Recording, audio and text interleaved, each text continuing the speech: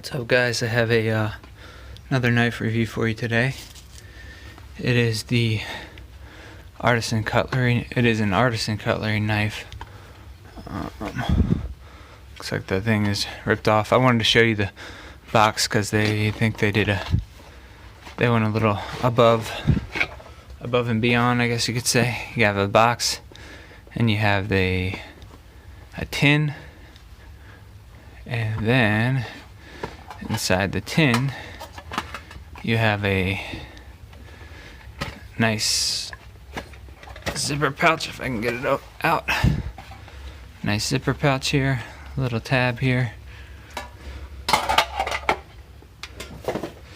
Inside the zipper pouch you got the furry lining, and then you have the knife and a wipe. And something I thought was good was they including a limited lifetime warranty for their products. There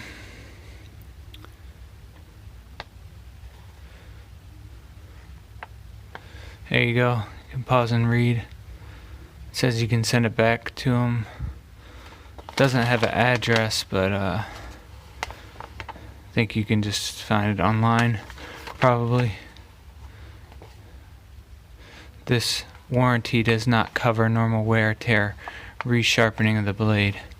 So a lot of companies that have good warranties will resharpen a blade for you. This one's not one of them. I'm guessing because it's located in their factories in China. I don't know. But what you have here is the Artisan Knives Ravine. It is a titanium handle, and there's this black. This is also titanium, this black part. It's just coated. And you see the pocket clip there, milled titanium. And it has some holes in the handle here. Kind of reminds me of an Isham's design a little bit, with these holes in the handle. I don't think that this was designed by him, or I think this was designed by the Artisan people. You have S35VN. This is kind of a cleaver blade. Let's see if it kind of shakes closed. One of the things right off the bat that I kind of, when you disengage the lock, it doesn't get past the detent. So if you have a knife like this one, you disengage, it's already past the detent.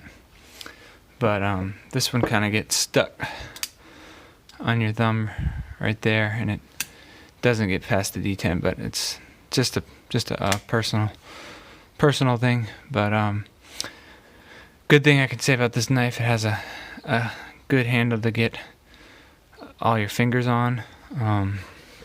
That's what it looks like in the hand. You can choke up. This blade is a little bit thick behind the edge. So this is the blade stock thickness here. Okay, and then behind the edge is very thick behind the edge. So that's extremely thick. One thing that I noticed as soon as I got it, it was off-centered a little bit. It's not rubbing, but just kind of like something to be aware of for quality checking and of their knives and stuff like that. There's like a little cutout here. It's not of a landing ramp, but it's almost like this should be right here, because if you flick the knife, that should be kind of like where the landing ramp is, right there. But they kind of cut it out a little right there. Not sure why, but as you can see, this is a milled hole through here for their symbol. The detent's too strong that I can't flick the knife out using this fuller. So it's strictly a flipper, at least for me. The flipper tab is a little bit big in my opinion. It's when you put your whole finger on it, I don't like where this pointy part is at. So you end up having to come back a little, at least I do.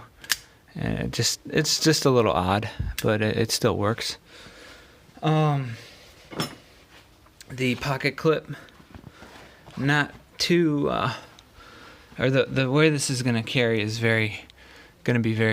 take up a lot of room in your pocket because of how wide the blade is. So I'll get a measurement of the tallness of it in your pocket. At its widest point, it's about 1.9 inches. Yeah, about 1.9 inches. It's almost 2 inches. So, pretty wide. And then when you do get it in your pocket, it's very high, and that's going to be sticking out. If you're on your right side, this is going to be reversed. So, a lot of it's going to be sticking out, and the other part is going to be taking up a lot of room. So, don't really know how they could fix that in this kind of a blade style, though. So, to be fair to them, but you could move that pocket clip like up here and integrate it with the back pin here. It says Artisan Cutlery in the back. The blade also doesn't go all the way to the handle, so you're missing out of about a 1/2 inch of blade that you could have had. So, but right now you're looking at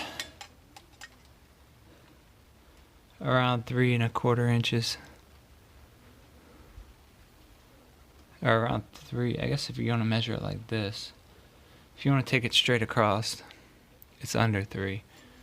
You want to tilt it, it's a little over 3, and then the actual cutting edge is a little less than 3.